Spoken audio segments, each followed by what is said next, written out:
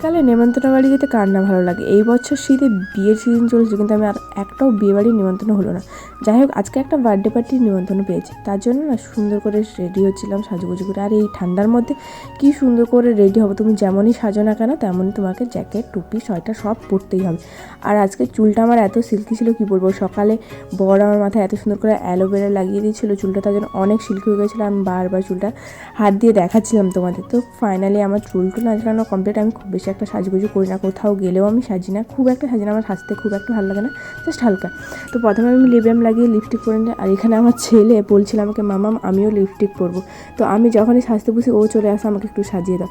তো ফাইনালি আমি একদম রেডি, তারপর আমি জ্যাকেট পরে নিলাম। দেখো এই শীতে এত স্টাইল মারি কী লাভ বলো, এটা যদি বিয়ে বাড়ি হতো জ্যাকেট টুপি কিছু না পরে চলে যেতাম, কিন্তু এটা তো বার্থডে পার্টি আর বাড়ির সামনেই যেহেতু হচ্ছে, তো এত স্টাইল মেরে এত সাজুগুজু করে কিচ্ছু লাভ নেই। তার জন্য আমি সিম্পল একদম সাজুগুজু করে সোয়েটার পরে নিলাম। আর যা ঠান্ডা বাইরে, সত্যি বলতে এই কদিন এত ঠান্ডা পড়েছে কি বলবো। দেখো ফাইনালি আমি রেডি হয়ে গেছি, আর বর আর আমার ছেলেও রেডি হয়ে গেছে। দেখো অন্ধকারের মধ্যে আমরা বেরিয়ে পড়েছি। আর এদিকে আমার বরকে বলছিলাম, তুমি মোবাইলের ফ্ল্যাশ লাইটটা অন করে দেখো, আমাকে দেখা যাচ্ছে না, কিন্তু এত কুয়াশা আর এত অন্ধকার আমাদের দেখা যাচ্ছিল না। ফাইনালি আমরা পৌঁছে গেলাম যেখানে বার্থডে পার্টি সেলিব্রেশন হবে। তো সেখানে অলরেডি সবাই পৌঁছে গেছে, লাস্ট হয়তো আমরাই ছিলাম।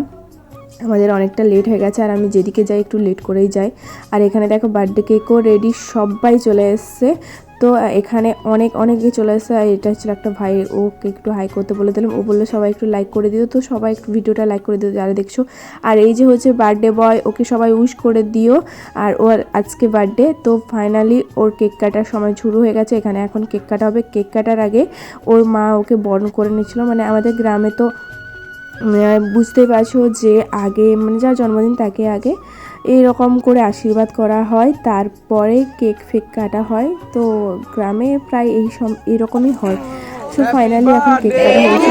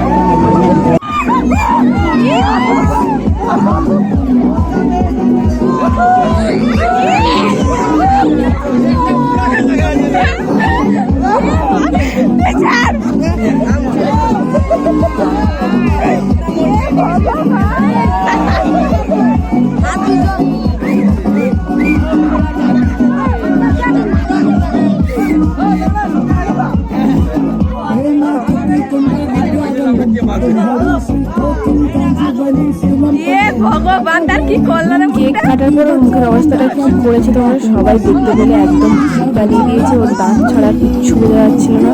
তো চলো কেক কাটার পরে এবার সবাই একটু এনজয় করলো, এবার চলো একটু ডান্স দেখো।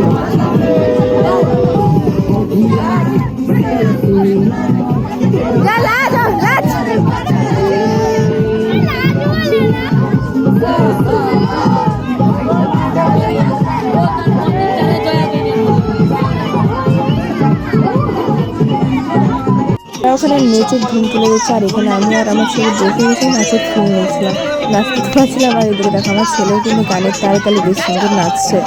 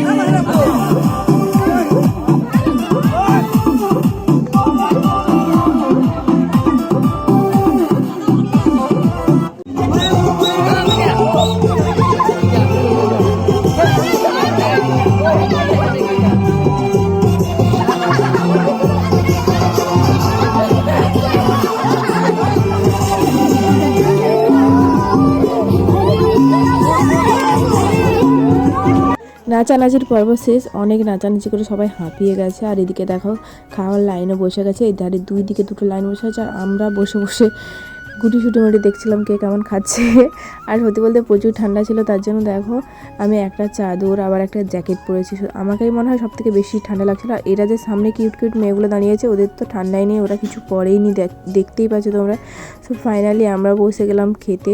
আর আজকের আইটেম ছিল লুচি, সুজি, ছোলার ডাল, পায়েস। যেহেতু মন্দিরে পুজো দেওয়া হয়েছে, আর আমাদের জন্মদিন মানে মন্দিরেই পুজো দেওয়া হয়, মায়ের কাছেই পুজো দেওয়া হয়, তার জন্য আর নিরামিষটাই বেশিরভাগ হয়, আমিষটা হয় না। তো এটা হচ্ছিল লুচি, যে মানে এটা একটা ভাই আর আমার সঙ্গে প্রচুর ইয়ার্কি করে, তো আমাকে একটা লুচি দেখাচ্ছিল, বলে একটা লুচি নে।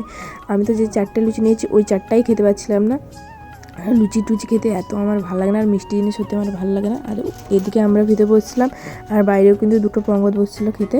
সো ফাইনালি আমার একদম খাওয়া শেষ। এদিকে খাওয়া শেষ করে বসেছিলাম, আমার সঙ্গে যে এমন একটা কাণ্ড ঘটবে আমি ভাবিনি। দেখো খাওয়ার শেষে সব দাদারা মিলে আমাকে বললো তুই পাতা ওঠা।